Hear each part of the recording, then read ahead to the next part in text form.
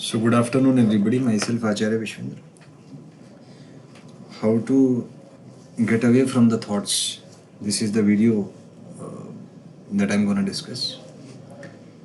So I discussed with you that now the main challenge today is that everybody is troubled by thoughts, by weird thoughts, by freaky thoughts. And thoughts dissipates energy.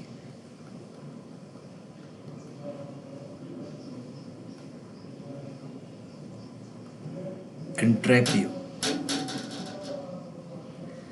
And using that trap, you will be used by somebody who induced thoughts in you.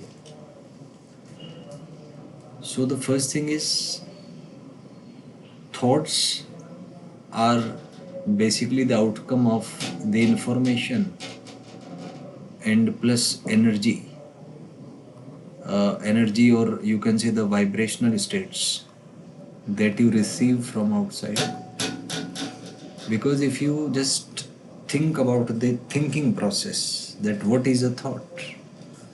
So thought is basically, you can say that a state of mind in which you are influenced by information that is given to you by your surroundings, and your mind-brain system vibrates at a certain particular frequency, which is the frequency concerned with that thought process, which is the frequency which was transferred to you by the person who induced thoughts in you. Because thoughts and truth are two different things. Thoughts are the very starting process when your mind-brain system gets activated. So you can access the information present in your mind-brain system. That what makes up thought.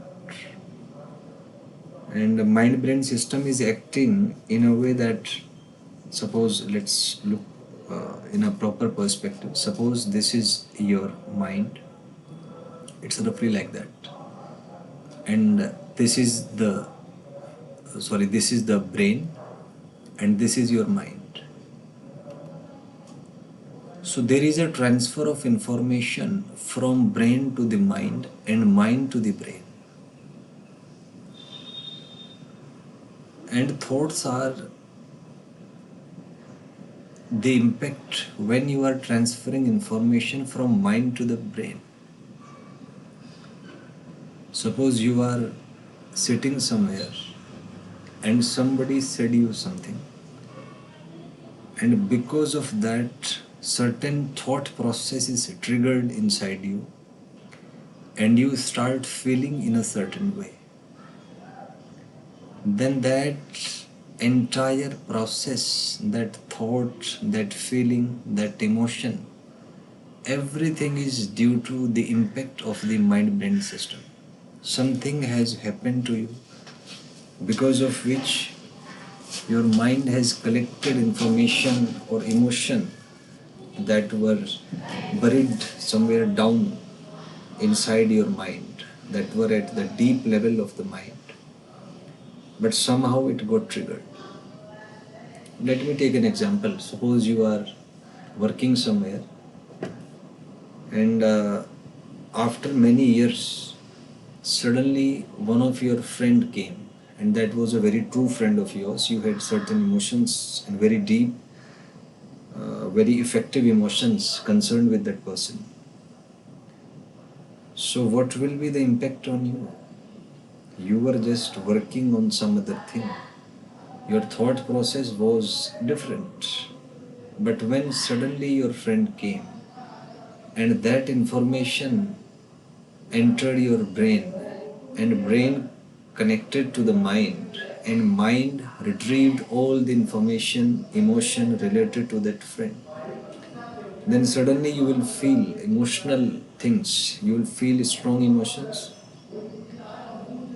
and you will not be able to work for some time because of the impact of that very particular emotion. So that is how emotions work. Emotions are just like driving force when emotions are there in the mind-brain system, then you can overcome the physicality, you can dominate the analytical brain. Tremendous amount of energy is released in your mind-brain system. So emotions are just like a source of energy. You can use them in any way, but certainly they have certain impact, certain amplitude. Direction may be positive or negative, but certainly an emotional person is very reactive. He can be used to do things which normal person can't never achieve in his life. So emotions are just like driving force. They just put you in a certain state where your energies are very focused. Let's take an example. Suppose you are very afraid of something.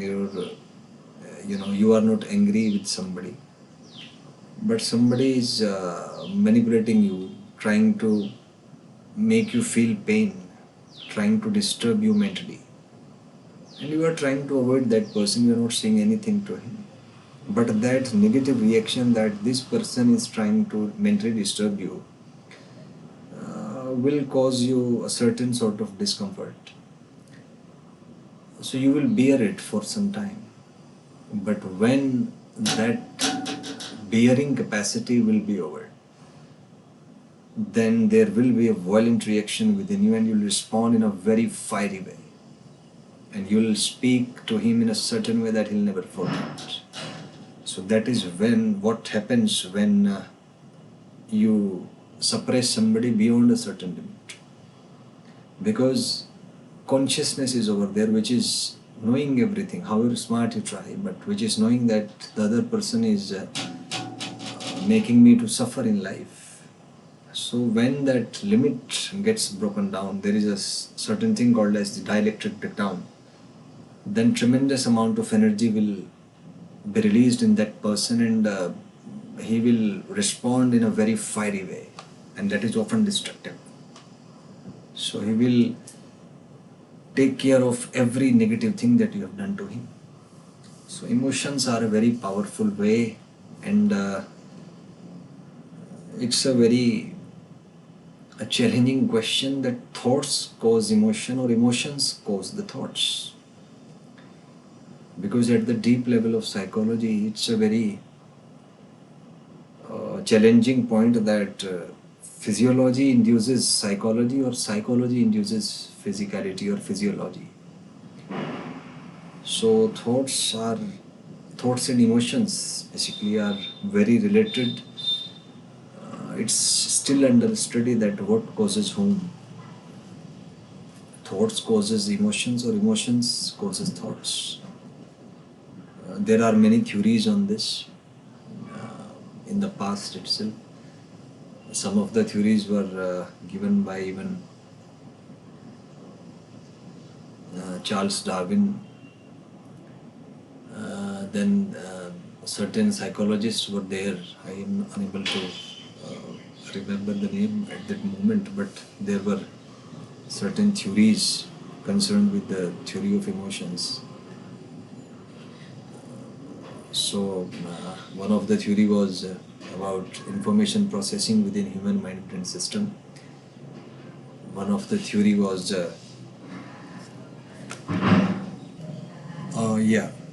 so some of the theories of thinking were the peripheral theories, the theory of associationism, the theory of Gestalt, the central theory, and the information processing theory.